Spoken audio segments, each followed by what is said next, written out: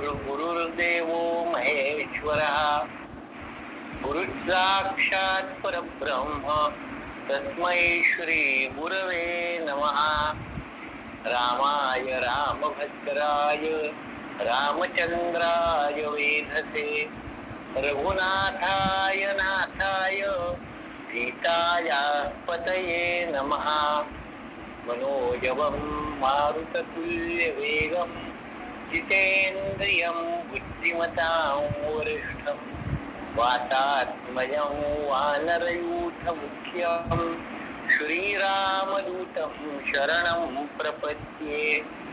वंशी विभूषितकरानवनीरदाभात् पीताम्बरादरुणबिम्बफलाधरोष्ठात् पूर्णेन्दुसुन्दरमुखादरविन्दनेत्रात् कृष्णात् परं किमपि तत्त्वमहं न जाने.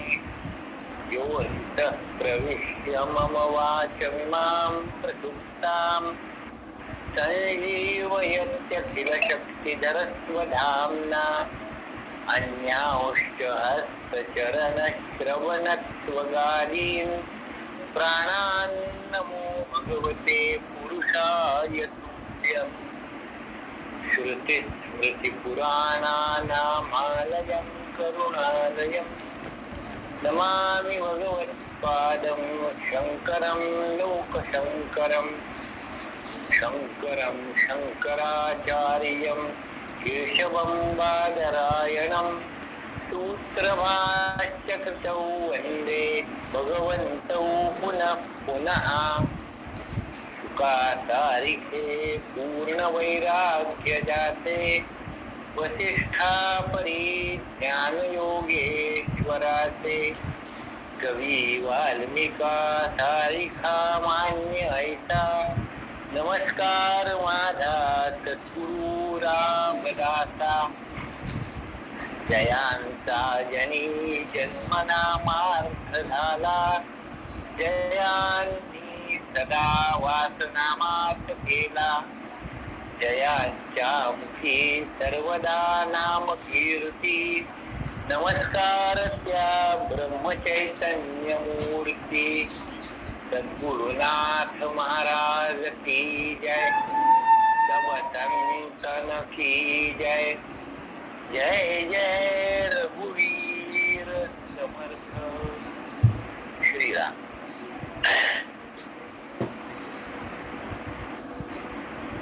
परमात्मा स्वरूप प्रभू श्री रामचंद्र मारुती राय भगवान श्री गोपाल कृष्ण यांच्या चरणी साष्टांग प्रणिपात.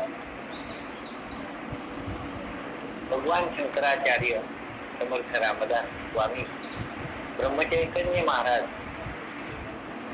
यांना श्रद्धापूर्वक साष्टांग प्रणिपात. आपणा सर्व उपस्थित श्रोत्यांना सप्रेम अभिवादन आणि दासबोध चिंतनाला आरंभ.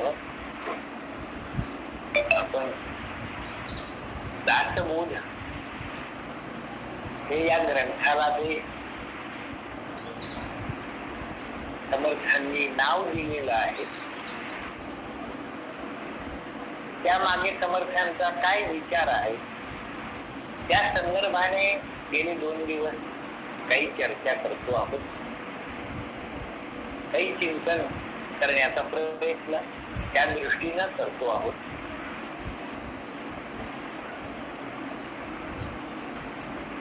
या शिष्याला सद्गुरु बोध करतात. तो शिष्य किंवा तो भक्त कसा असावा या संदर्भामध्ये जे काही चिंतन वेगवेगळ्या अधिकारी सत्पुरुषांनी शास्त्रकारांनी केलेलं आहे त्याचा आधार घेऊन दासबोध या शब्दाचा काही एक अन्वय लावायचा प्रयत्न आपण करतो आहोत.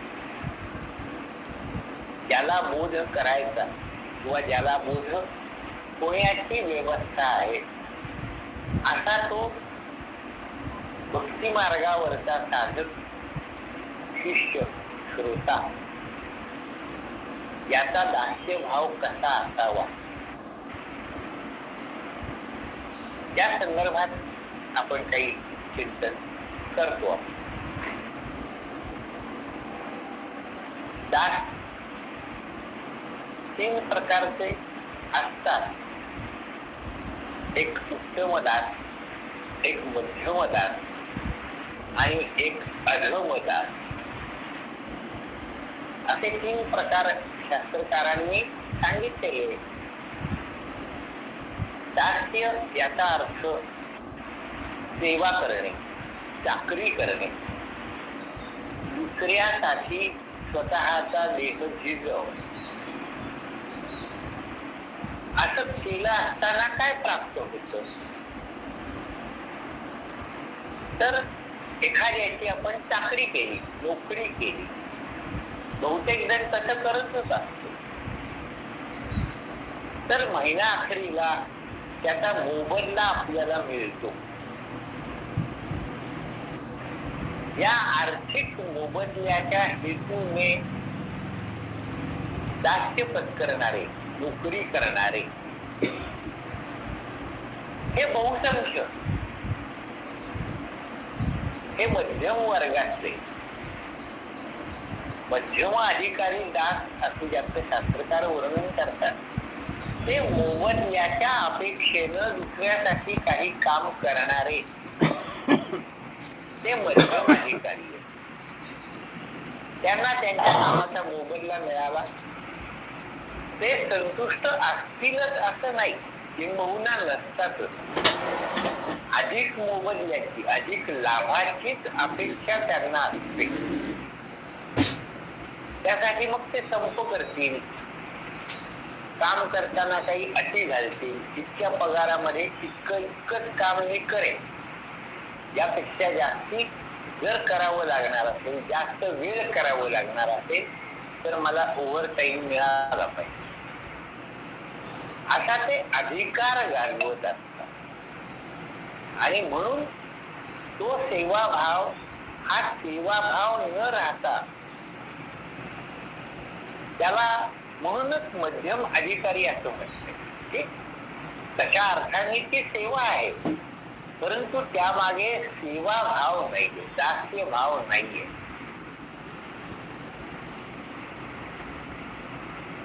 काही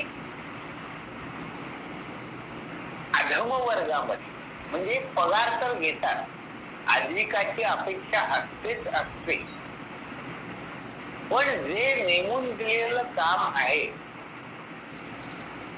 ते न करणे अशी त्यांची प्रवृत्ती असते. काम चुकारपणा करायचं, ते अधम दास. आणि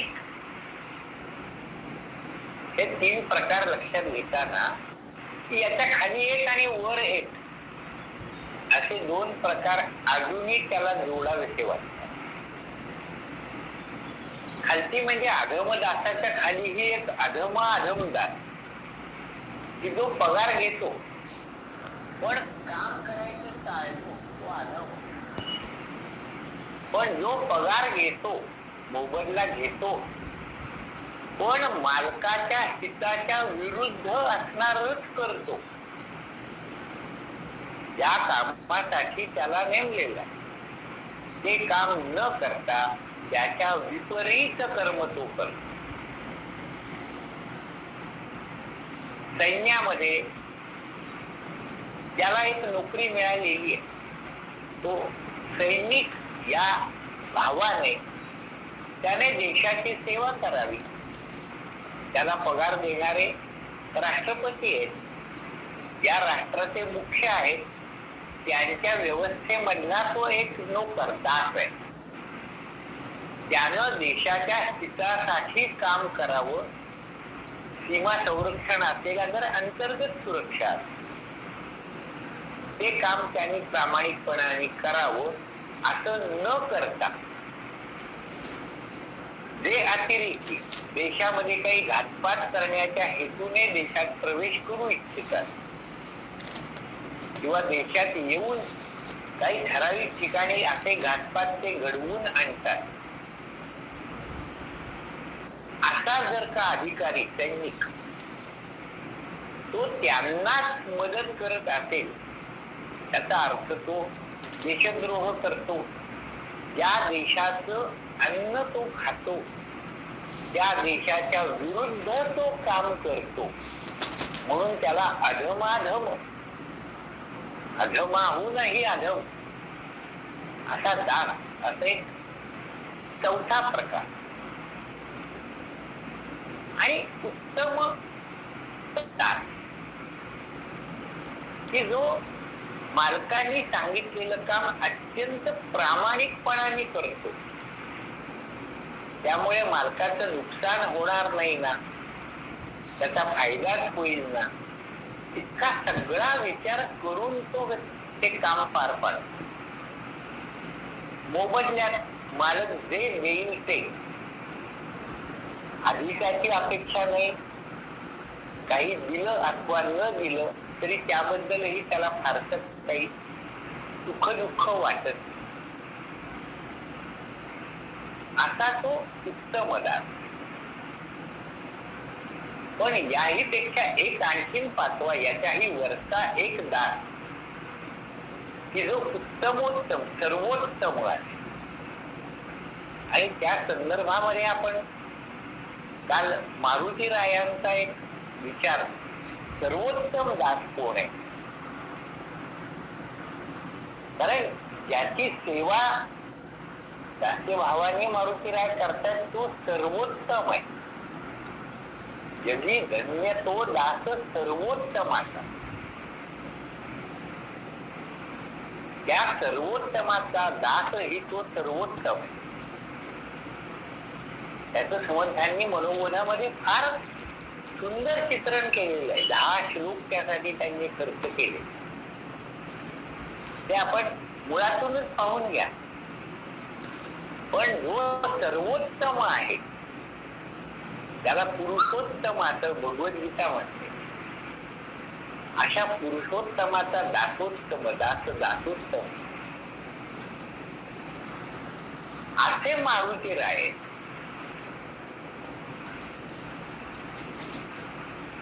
काय सेवा म्हणजे काय प्रकार असतो, यासाठी अनेक कथा रामायणामधून येतात, आपल्याला बऱ्याचशा माहिती पण असते.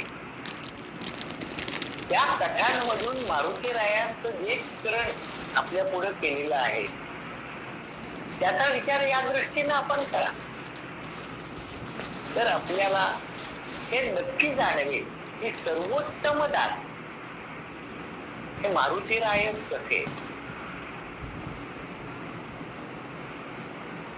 आपल्याकडे दास्य भावाचा आणखीन एक विचार करणं या दृष्टीने एक भाग पडतं की जसं आपण एक पगार घेऊन काम करणारा नोकर आणि कशाचीही अपेक्षा न करता जे मिळेल ते मिळेल अथवा न मिळेल त्यावरही ज्याचा हक्क नाही, असा एक उत्तम दास. आणि या दृष्टीनं एक विचार, आता सर्वच या प्रकारामध्ये जे वर्णन आपल्या पुढे शास्त्रकार करतात किंवा एक अभ्यासू साधक विचार करू शकतात या बाबतीत. आपल्याकडे ती प्रथा नव्हती, कधीच नव्हती, पण ती परदेशात काही देशांमध्ये तो प्रकार होता की माणसं जबरदस्तीनं आपल्याकडे कामाला ठेवून घ्यायची, काम न करतील तर त्यांना कडक शिक्षा करायची, त्यांना पुरेसं अन्न पाणी पण द्यायचं नाही आणि त्यांची विक्री सुद्धा केली जायची. अशी गुलामगिरीची एक पद्धत परदेशातून अलीकडच्या 100-150 वर्षामध्ये ती बंद झाली. परंतु सर्रास अशी माणसं त्यांच्या अंगात बल आहे ज्यांच्याकडे पैसा आहे अशी धनवान आणि बलवान माणसं माणसांचा असा विक्री व्यवहार करायचा, गुलामगिरी, वेशबिगारी असा प्रकार परदेशातून आपल्याकडे आला. आपल्याकडे मूळ नव्हता. जबरदस्तीनं काम करून घेणं हा प्रकार जे आक्रमक आले परदेशातून त्यांनी तो आपल्याकडे, विशेषतः मुस्लिम आक्रमक जे आले त्यांना आपण एक सकट मुस्लिम म्हणतो. त्यामध्ये पठाण आहेत, खून आहेत, वेगवेगळे प्रकार आहेत त्यांच्याकडे. त्या लोकांनी हा प्रकार आपल्या इथं काही काळ राबवला. जबरदस्तीनं त्यांच्याकडून काम करून घे. प्राप्तीवरती त्या गुलामाचा अधिकार नाही. जे मालक देईल ते, जसा कपडा देईल तसा, जितकं अन्न शिळं देतोय, पुष्ट देतोय, काही विचार नाही. भूक लागली ना, मालकाने जे दिलं ते खायचं, नाही तर उपाशी राहायचं. काम नाही केलं तर चापकाचे फटके बसतील किंवा काय शिक्षा केली जाईल, प्रसंगी प्राणही गमवावे लागतील. अशा अमानुष पद्धतीनं ही गुलामगिरी राबवली जाते. यातही उत्तमदार, त्याचं मुद्दाम हा सगळा प्रकार वर्णन करण्याचं कारण काय आहे की अशाही परिस्थितीमध्ये मालकाची सेवा करणं हेच आपलं कर्तव्य आहे. मग मालकाने आपल्याला काही देऊ दे अगर नको देऊ, त्याने आपल्याला मारू दे अगर काही कशाही पद्धतीनं वागू दे, पण प्रामाणिकपणाने मालकाची सेवा करणे, त्यासाठी आपल्या आमची शक्ती आणि बुद्धी प्रामाणिकपणाने खर्च करत. असेही काही गुलाम, त्यामध्ये इसाफ नावाचा गुलाम आपल्याला परिचित असणार, की ज्याची इसाफ नीती या कथा बहुतेक आपल्याला सर्वांना माहिती आहे. तो गुलाम होता, बुद्धिमान होता, की त्याने सांगितलेल्या कथा किंवा त्याच्या जीवनात घडलेले प्रसंग, त्याच्या चातुर्याचे प्रसंग हे कथा रूपाने संग्रहित केले गेले. इतका त्याचा बुद्धिमत्तेचा अधिकार होता. त्याची नीती, इसाफ नीती म्हणून प्रसिद्ध आहे. तो गुलाम होता. त्याची कथा एक पाहण्यासारखी आहे की दास म्हणजे काय, हे जर का आपल्याला भाव त्याचा लक्षात घ्यायचा असेल. मारुती रायांचा आपण विचार करतोच. दास्य भक्ती म्हटलं की मारुती राय, पण या इसापाचाही विचार किंवा यासारखे इतरही काही आहेत, त्याचा काही विचार आपल्याला करता येईल. एकांगी विचार होऊ नये. दास म्हणजे फक्त मारुती असं नाही. इतर काही दास्य भावानी, म्हणजे ज्या अर्थाने आपण मारुती रायांच्याकडे पाहतो तशाच प्रकारामध्ये किंवा तत्सम प्रकारात इसाप आहे,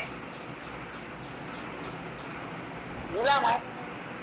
एका श्रीमंत सरदाराने त्याला काही कामासाठी माणूस हवा होता, म्हणून ते गुलाम विक्री जिथं व्हायची तिथं गेला. तो त्याचं नाव झांझर. श्रीमंत सरदार होता.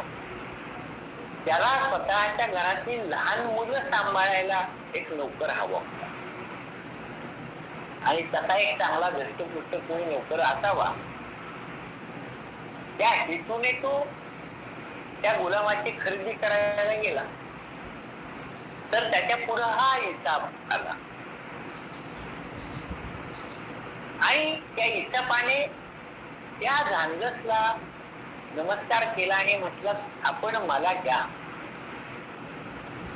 हिसाब अत्यंत कुरूप होता, मुटका होता, व्यंग होत. त्याच हातपाय बारीक बारीक होते, काळा वर्णाने दिसायला पूर्व असा तो इसाप होता. याला छोटी मुलं सांभाळायला माणूस हवा होता. तो म्हणला माझ्याकडे हे काम आहे, तू तर असा बुटका, तुझे हातपाय बारीक, तुला मुलाला उचलून तरी घेता येईल का व्यवस्थित, तुझ्या हातून मूल पडेल अशी मला भीती वाटते. तर इसाप म्हणला मग या कामासाठी जर तुम्ही मलाच घ्या ना, इतर कुणाला घेण्यापेक्षा मलाच घेणं तुम्हाला योग्य ठरेल. तो झांजस म्हणतो कसं काय?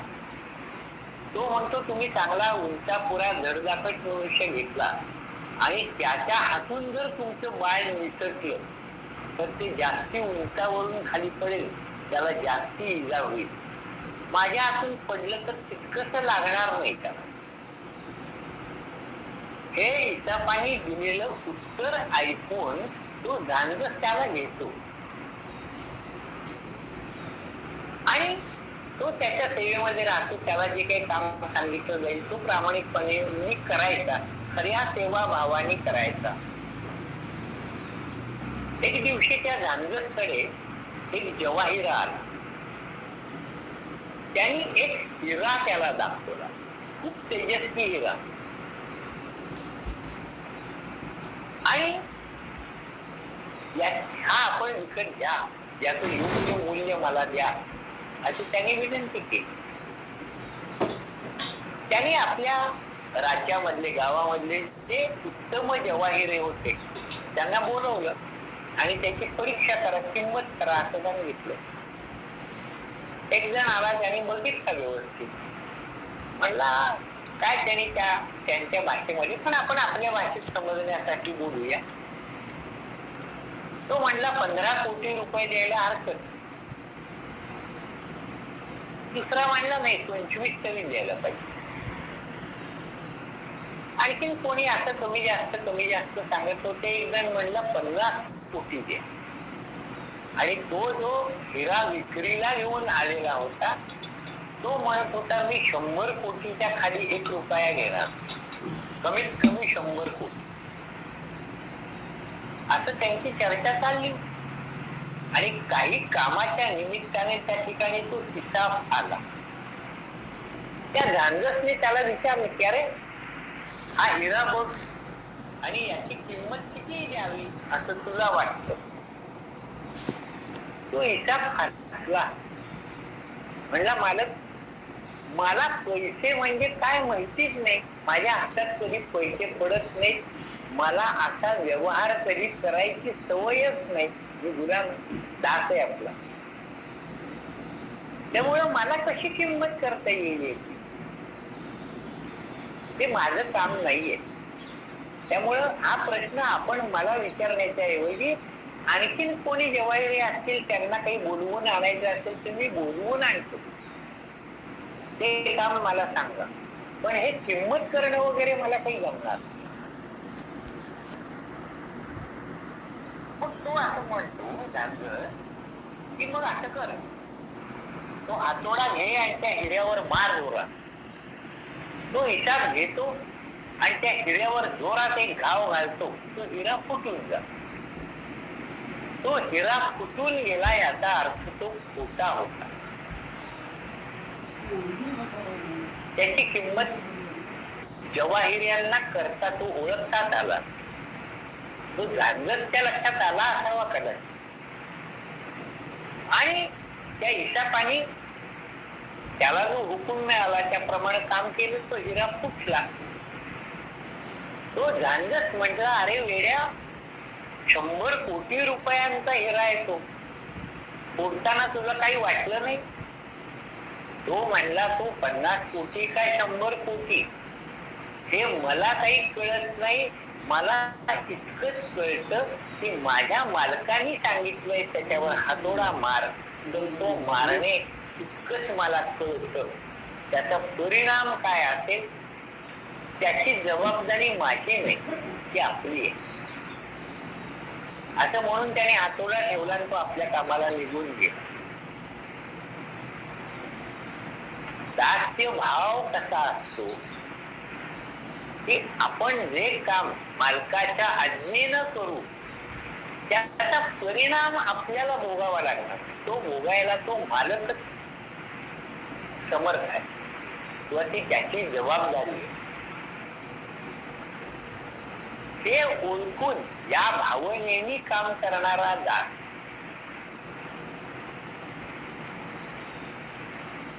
मारुती राय हे श्री रामरायांच्या चरणी याहूनही अधिक भावाने समर्पित होते.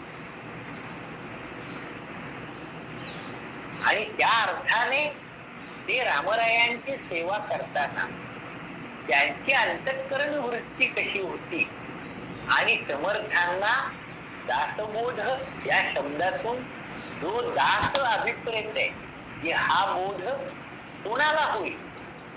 आपण एक अनुबंध चतुष्टयाच्या दृष्टीनेही विचार करतोय की दासबोध या ग्रंथाचा खरा अधिकारी ग्रंथामध्ये जो बोध समर्थ रामदास स्वामी सद्गुरु या पदावरती राहून भक्ताला श्रोत्यांना शिष्यांना करून देऊ इच्छितात तो बोध प्राप्त करून घेण्याचा अधिकार कुणाचा, तो दास्य भाव कसा असला पाहिजे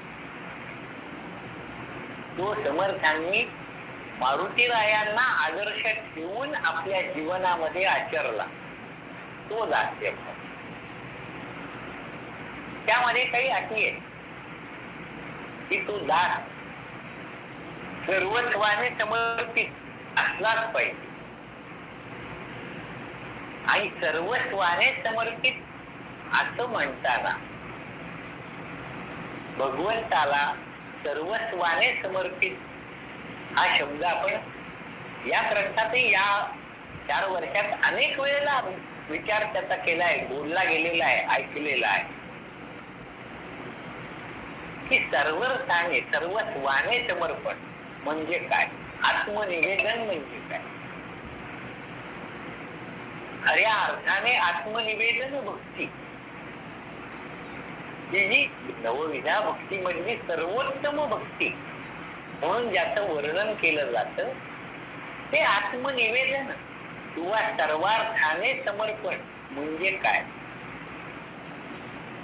तर त्या ठिकाणी सर्वात मुख्य अहंकार समर्पित करावा आणि तो अहंकार ज्याने खऱ्या अर्थाने समर्पित केला तोच खऱ्या अर्थाने सर्वोत्तम दास. या दृष्टीनं नाथांनी भावार्थ रामायणामध्ये मारुतीरायांचं जे चित्रण केलेलं आहे ते अगदी मुळातून पाहण्यासारखं आहे. वाल्मिकी रामायण किंवा अध्यात्म रामायणामध्ये जो विचार केलाय त्यापेक्षा नाथ महाराजांनी खूप बारकाईनं याचा विचार केला की मारुतीराय हे सर्वोत्तम दास कसे आहेत. त्यामध्ये प्रेमलक्षणा तर आहेत. जो आपला स्वामी आहे त्या स्वामीवरती त्याची जरी आपण चाकरी करतोय तरी सुद्धा त्या स्वामीवरती निरतिशय प्रेम हे असलंच पाहिजे. हा मारुतीरायांचा मुख्य भाव आहे की रामरायांच्या चरणी नाही तर रामरायांची सेवा करणारे त्यांचे जे दास आहेत त्या दासांचाही दास असं समर्थांनी जे वर्णन केलंय ते मारुतीरायांचं वर्णन भावार्थ रामायणामध्ये नाथ महाराजांनी अधिक स्पष्टपणाने मांडले. मारुतीरायांना सर्वोत्तम दास म्हणताना दासांचाही दास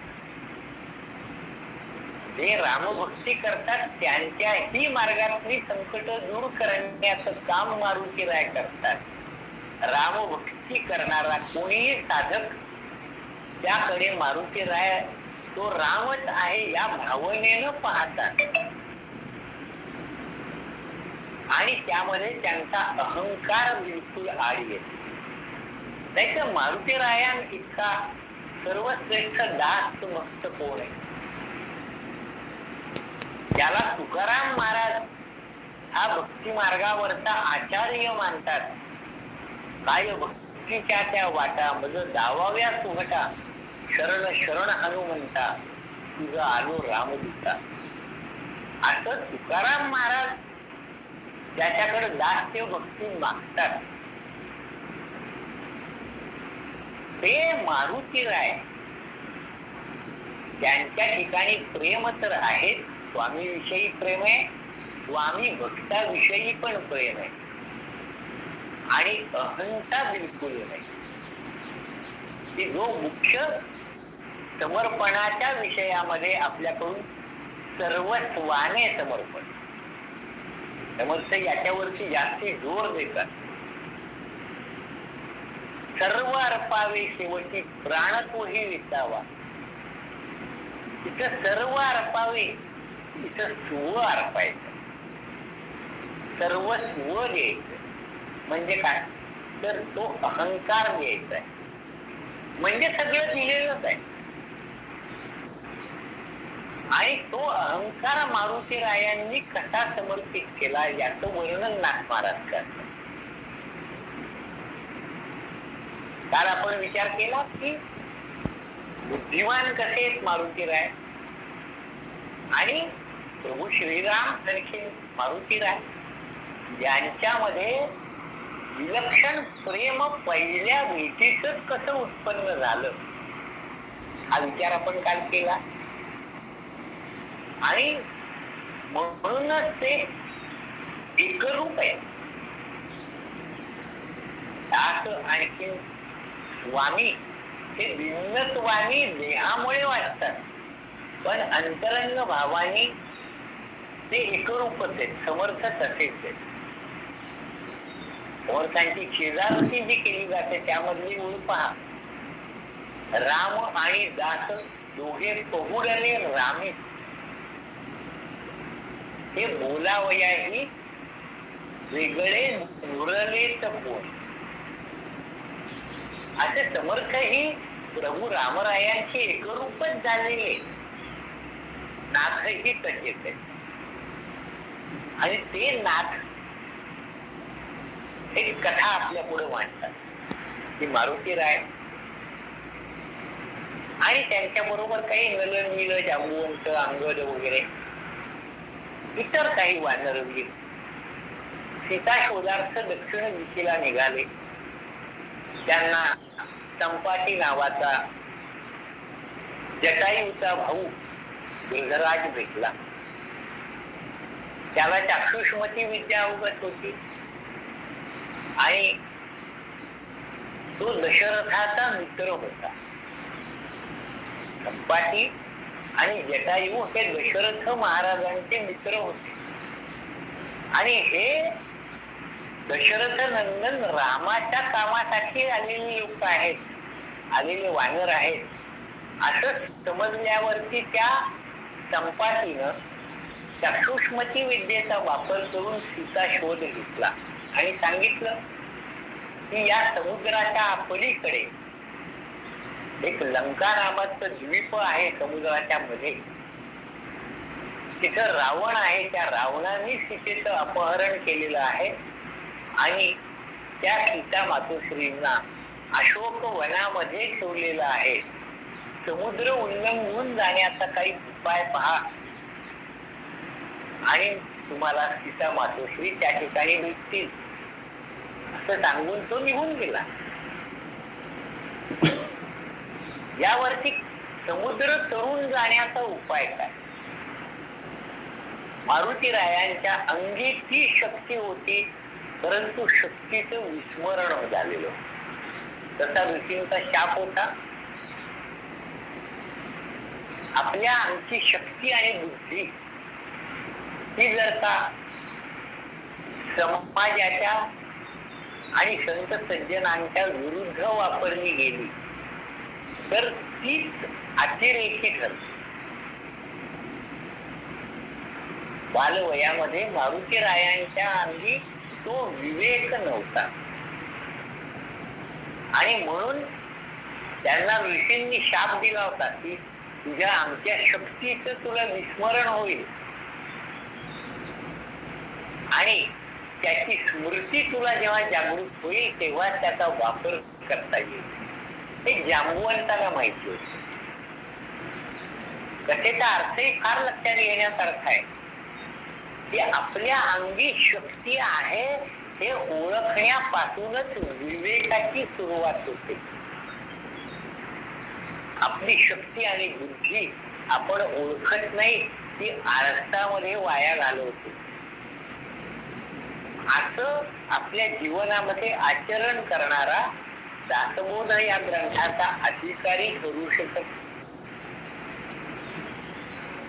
या दृष्टीनेही या हनुमंतांच्या कथेचा विचार आपल्याला करता येईल.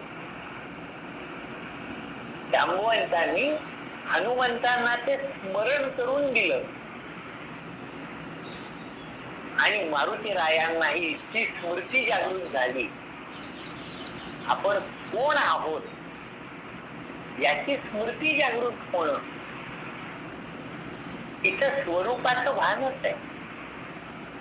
हे त्यांना प्राप्त झालं आणि त्यांनी समुद्र एका झेपेमध्ये उल्लंघनला लंकेमध्ये गेले.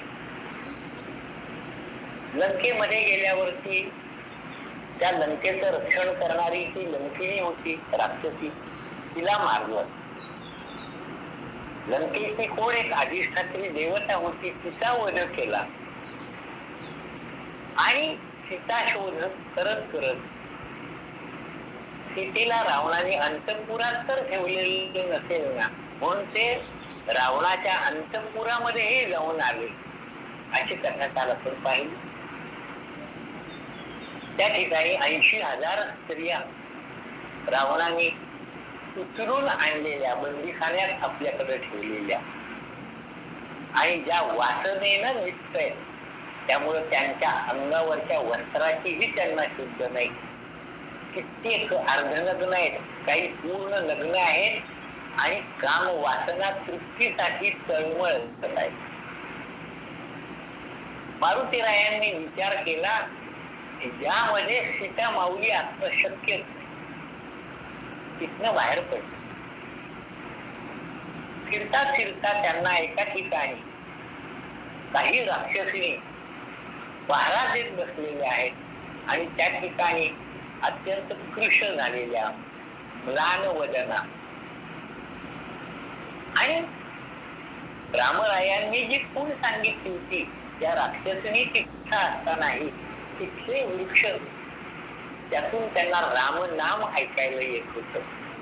त्या अर्थी या सीता मातोश्री आहेत हे मारुतीरायांनी ओळखलं. आपल्याला कथा फार सर्वांना माहिती आहे, परंतु मारुतीरायांचा दास्यभाव काय आहे या दृष्टीनं आपण ही कथा पाहतो आणि नाथांनी ती त्या दृष्टीनं रंगवली आहे. इतर रामायणामध्ये ती तशी नाही, म्हणून ती मुळात भावार्थ रामायणातच आपण पाहिली पाहिजे. नाथांना त्याचा प्रत्यय आलेला आहे म्हणून त्यांनी ते चित्रण केलं, काल्पनिक नाही. मग मारुतीरायांनी ती प्रभू रामचंद्रांनी दिलेली मुद्रिका अंगठी पुढेसाठी सीता मातोश्रींना दाखवली, त्यांना दिली. सीता मातोश्रींना कोण पटली वगैरे तो कथाभाग माहिती आहे आपल्याला. आणि आपल्याला सोडवण्यासाठी प्रभू लवकरच येतील असं आश्वासन मारुतीरायांनी सीता मातोश्रींना दिलं. आणि त्या राक्षसांचं बलाबल काय हे आजमावून पाहावं या हेतूने त्याने ते अशोक बल उद्ध्वस्त करून टाकलं.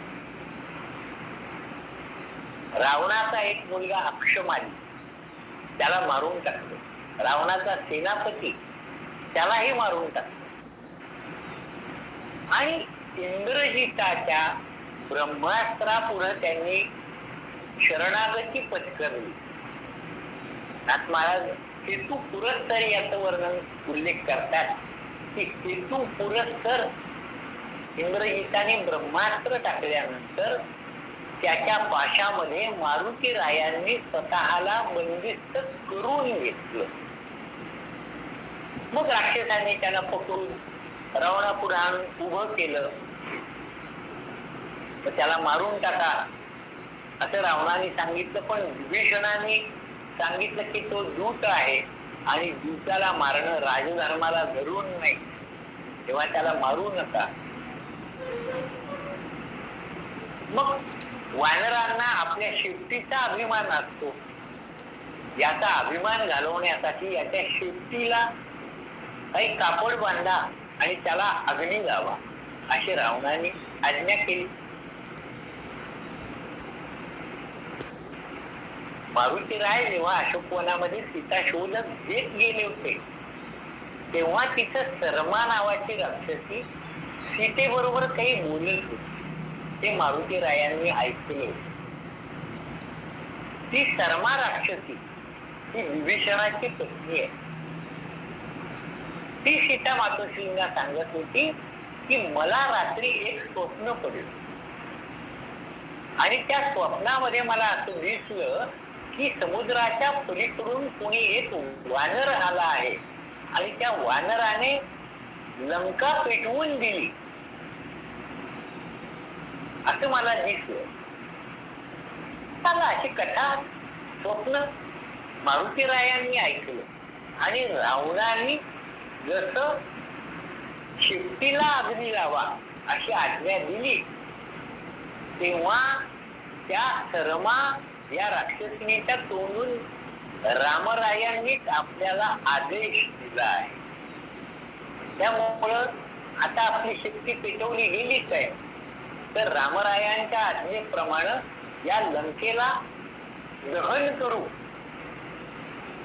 म्हणून मारुती रायांनी लंका दहन केली. सगळी लंका दहन झाली. समुद्रामध्ये आपली शक्ती विझवली आणि एका झेपेमध्ये ते लंकेमध्ये आली.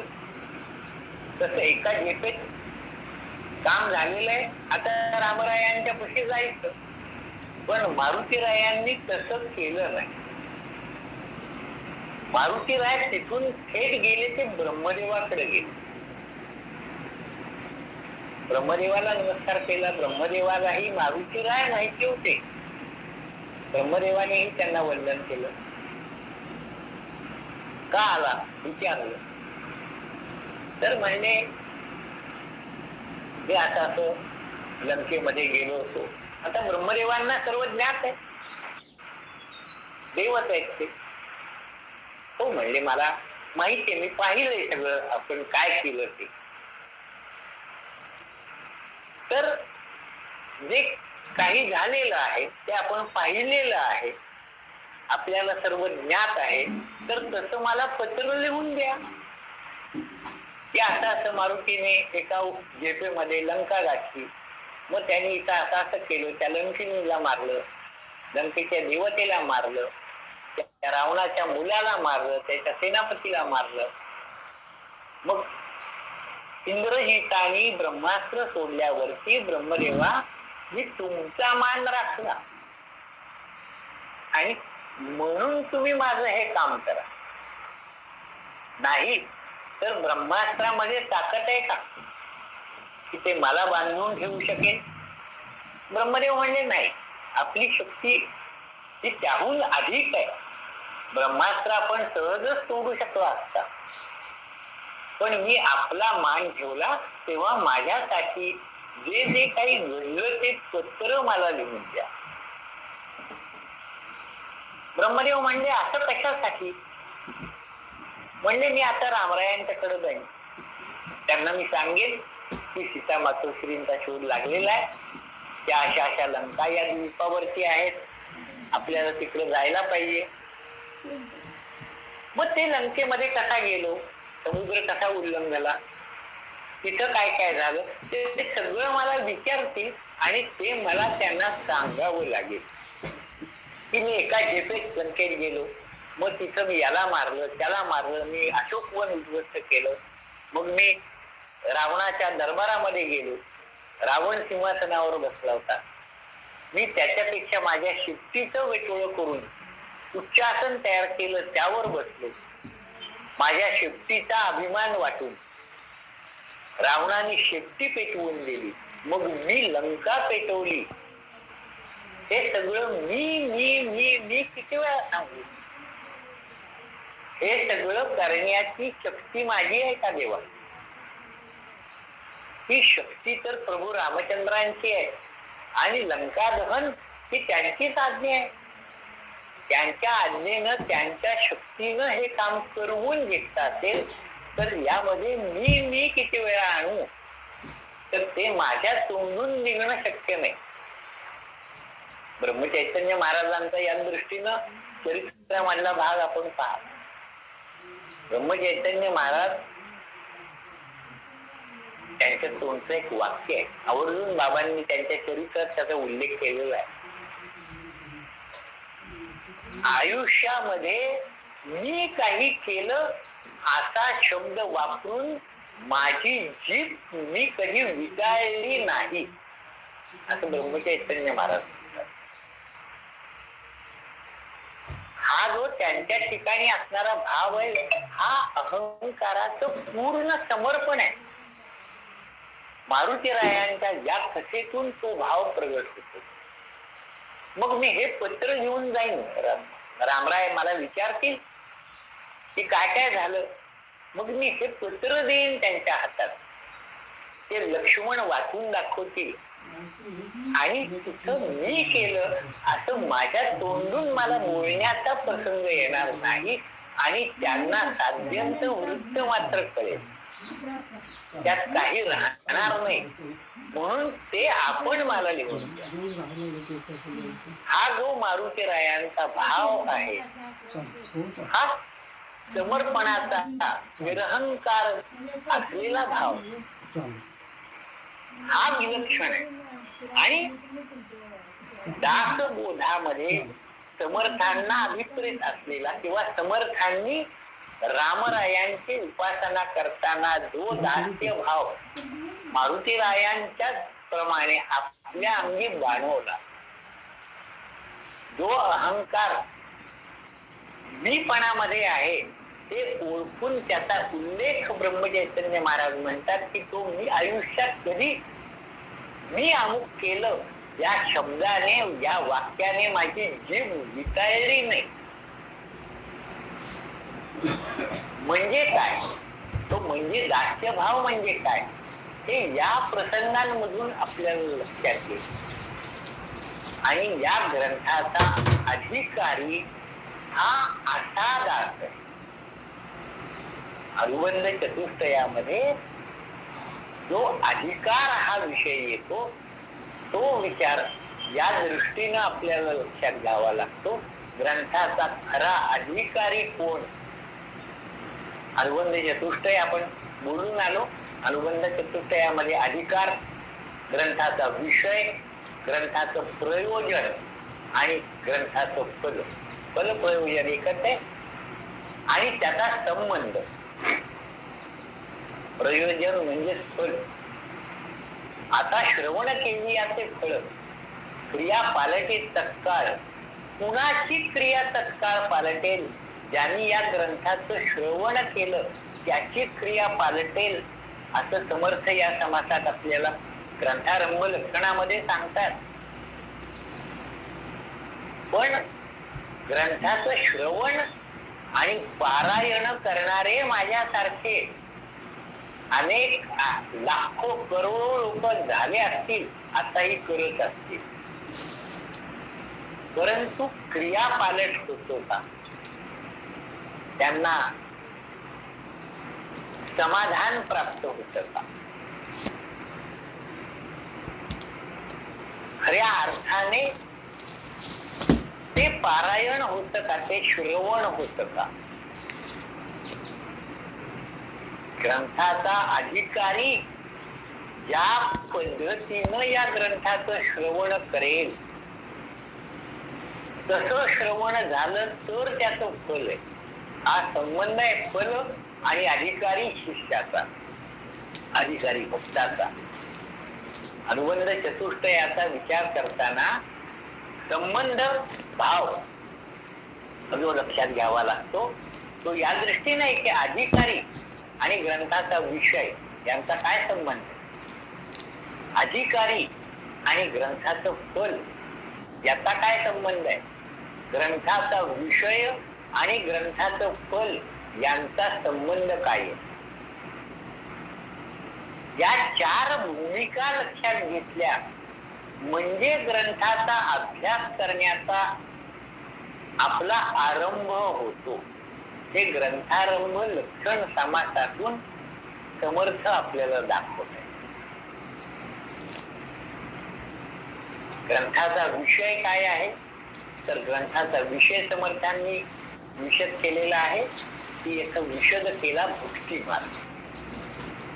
तिथं विस्तृतपणाने भक्ती मार्गाचं विवेचन केलेलं आहे आणि भक्तीचे न योगी देव निश्चय पावती मानव हे या ग्रंथाचं फल आहे. म्हणून या भक्ती मार्गाचं अनुसरण करणारा शिष्य हा अधिकारी कसा असला पाहिजे या दृष्टीनं आपण हा विचार आतापर्यंत केला. असा अधिकार संपन्न जो शिष्य जो श्रोता तो या फलाचा अधिकारी आहे.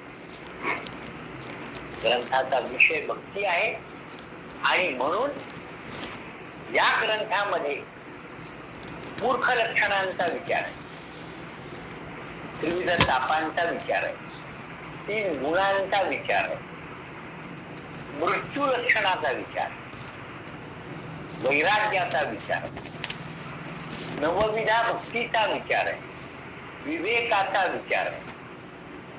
शम म्हणजे काय, दम म्हणजे काय, उपरम म्हणजे काय, धारणा म्हणजे काय, तितिक्षा म्हणजे काय, हे सगळे जे भक्ती मार्गामधले किंवा एकूण परमार्थ मार्गामधले विषय आहेत ते सगळे या ग्रंथामध्ये विस्ताराने त्याची चर्चा केली जाणार आहे. मग हे सगळे विषय चर्चेला जे आलेले आहेत याची चर्चा म्हणजेच भक्ती मार्गाचं विवेचन आहे. याकडं ज्ञानाची भूमिका आणि भक्तीची भूमिका असा भेद न ठेवता, कारण दासबोध ग्रंथावरती चिंतन करताना तिथं भक्ती मार्ग म्हणजे तो नवविधा भक्ती एकदा 4था दशक संपला की मग समर्थ कुठं भक्तीचा उल्लेख करतात. पुढं जो काही विचार आहे 5व्या दशकापासून 5व्या दशकात त्यांनी आरंभ केला तिथं गुरुलक्षणापासूनच सुरुवात केली. तिथून तो पुढचा सगळा जो भाग आहे तो ज्ञान विभाग आहे असं मत अभ्यासक मांडतात किंवा मत आपलं करून घेतात. परंतु समर्थ जर का याला भक्ती मार्गाचं विवेचन करणारा ग्रंथ असं म्हणत असतील तर जरी त्यांनी ज्ञानाचा उल्लेख केला, योगाचा उल्लेख केला असेल, कर्मासंदर्भामध्ये काही मांडला असेल, त्या दृष्टीनं कर्म करणारा अधिकारी पुरुष म्हणून त्यांनी एका समासामध्ये छत्रपती शिवरायांचं वर्णन केलेलं असेल तरी ते सर्व भक्ती मार्गाचं विवेचन आहे. हे आपण मुख्यत्वाने लक्षात घ्यायला पाहिजे आणि म्हणून या सर्वाचा अन्वय भक्तीमध्येच लावणं आवश्यक आहे. आता या ग्रंथाच्या विषयाचा अधिकार्याने बोध नीट लक्षात घेणं नाही तर ग्रंथाचा अभ्यासक यामध्ये अनेक विषय मांडलेले आहेत आणि ते स्वतंत्रपणाने आपण अभ्यासले पाहिजेत अशा भूमिकेतून जर या ग्रंथाकडे पाहिल तर समर्थ ज्या भावनेने या ग्रंथाचं विवेचन करतात किंवा जे फल प्राप्त व्हावं या हेतूने विवेचन करतात ते फल प्राप्त होण्याचा अधिकार श्रोत्याला मिळत नाही. फलप्राप्ती होत नाही. म्हणून अधिकारी शिष्य हाच फक्त ग्रंथाचं फल प्राप्त करून घेऊ शकतो. त्याच संशय पूर्णपणाने जाऊन तो स्वरूपाच्या ठिकाणी निश्चय करू शकतो आणि स्वरूपाचा बोध प्राप्त झाल्यामुळं तो रामरायांची एकरूपतेची अनुभूती प्राप्त करून घेऊ शकतो. हे फल आणि अधिकार, ग्रंथाचा विषय आणि ग्रंथाचं फल यांचे हे संबंध आहेत. हे संबंध एकरूपत्वाने जर स्थापित झाले तर आणि तरच आता श्रवण केली याचे फल क्रिया पाळले तत्काळ कुठे संशयाचे मूळ एकसरा. तो संशय निवृत्त होईल आणि मीच रामरूप आहे, मीच ब्रह्म आहे, जीवो ब्रह्मैव नापरहा हा अनुभव या ग्रंथाच्या अभ्यासकाला येईल. हा विचार या अनुबंध चतुष्टयाच्या दृष्टीनं करावा लागतो.